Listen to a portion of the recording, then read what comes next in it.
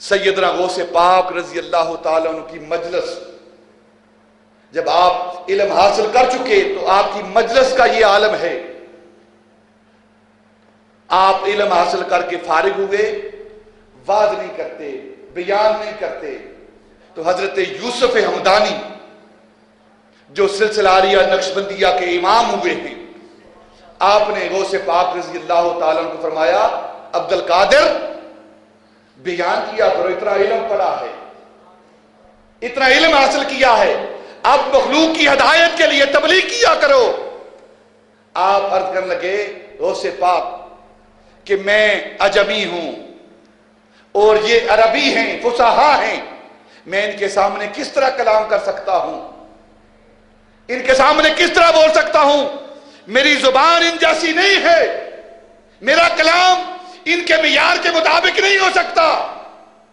جب غوث پاک رضی اللہ تعالیٰ عنہ سے حضرت یوسف ہمدانی نے یہ بات کہی تو آپ نے فرمایا کہ تم واز کیا کرو، تبلیغ کیا کرو، دیکھو آگے کیا ہوتا ہے۔ یہ بات سن کے حضرت غوث پاک رضی اللہ تعالیٰ عنہ اپنے حجرے میں چلے گئے۔ جب حجرے میں گئے، سو گئے، دوپہر کا وقت ہے، آپ سوئے ہیں، مقدر جاگے ہیں۔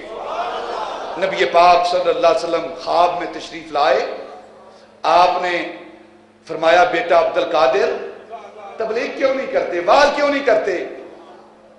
عرض کی یا رسول اللہ میری کیا ہمت ہے فصحائے عرب کے سامنے میں کلام کروں؟ آپ نے فرمایا عبد القادر منہ کھولو۔ نبی پاک صلی اللہ علیہ وسلم نے اپنا لعاب دہن 7 مرتبہ سیدنا عبد القادر جیلانی رضی اللہ تعالیٰ عنہ کے منہ میں ڈالا، 7 مرتبہ اپنا لعاب دہن حضرت غوث پاک کے منہ میں ڈالا، اور پھر آپ بیدار ہوئے، کیفیت اسی طرح ہے۔ پھر دوبارہ غنودگی آئی، پھر دوبارہ نیند آئی، تو حضرت مولا علی رضی اللہ تعالیٰ عنہ آپ تشریف لائے، پوچھنے لگے عبد القادر واز تبلیغ کیوں نہیں کرتے؟ عرض کی تبلیغ کس طرح کروں، فصحائے عرب ہیں، میری زبان عربی نہیں، عجمی ہوں۔ آپ نے 6 مرتبہ حضرت علی رضی اللہ تعالیٰ عنہ نے اپنا لعاب دہن حضرت غوث پاک کے منہ میں ڈالا، تو حضرت غوث پاک آپ لکھتے ہیں کہ میں نے حضرت علی مرتضیٰ سے پوچھا کہ آپ نے 6 مرتبہ کیوں ڈالا ہے؟ تو فرمانے لگے عبد القادر میرے نانا نے، میرے آقا نے 7 مرتبہ ڈالا ہے، میرے مولا نے 7 مرتبہ ڈالا ہے، اور میں علی 6 مرتبہ ڈال رہا ہوں تاکہ ادب ملحوظ رہے، برابری نہ ہو۔ وہ علی جو بائی ہے، جو شہر علم کا دروازہ ہے، جو چچا زاد بھائی ہے، وہ ساری رشتے ہونے کے باوجود وہ برابری نہیں کرتا نبی پاک کی ذات کے ساتھ، وہ اپنے آپ کو برابر نہیں کہتا، برابر نہیں سمجھتا۔ تعجب ہے امتیوں پر جن کا کوئی رشتہ بھی نہیں وہاں، وہ اپنے آپ کو نبی پاک کے برابر سمجھتے ہیں، مثلیت کا دعویٰ کرتے ہیں۔ انہیں سبق لینا چاہیے حضرت علی رضی اللہ تعالیٰ عنہ کی ذات سے۔ سیدنا غوث پاک رضی اللہ تعالیٰ عنہ جب بیدار ہوئے تو طبیعت کے اندر فصاحت ہے، بلاغت ہے، زبان روانی کے ساتھ چل رہی ہے۔ آپ نے مجلس بعد شروع کی، درس کی مجلس کو شروع کیا۔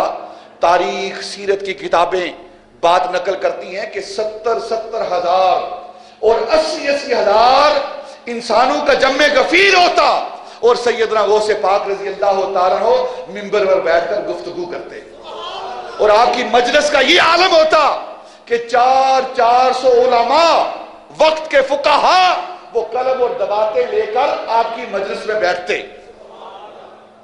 یہ ہے فیض مصطفیٰ، نبی پاک صلی اللہ علیہ وسلم کا فیض ہے جو ولایت کی صورت میں نکل رہا ہے، اور یہ وہ درس ہے، مجلس درس ہے، مجلس واعظ ہے کہ 400 علماء قلم دباتے لے کر مجلس میں بیٹھے اور لکھ رہے ہیں۔ انہی علماء میں سے ایک مرتبہ حضرت ابن جوزی رضی اللہ تعالیٰ عنہ، امام ابن جوزی کا نام سنا ہوگا آپ نے، سیرت کے اندر، خدمت حدیث کے اندر ایک بہت بڑا نام ہے حضرت امام ابن جوزی کا، بہت بڑا علامہ فہامہ انسان۔ وہ مجلس میں بیٹھے ہوئے ہیں اپنے دوست علماء کے ساتھ، وہ اس مجلس میں آئے، سیدنا غوث پاک ایک آیت کی تفسیر فرما رہے ہیں۔ آپ نے فرمایا اس کی ایک تفسیر یہ ہے اس آیت کی، تو ساتھی نے ابن جوزی سے پوچھا تو جانتا ہے؟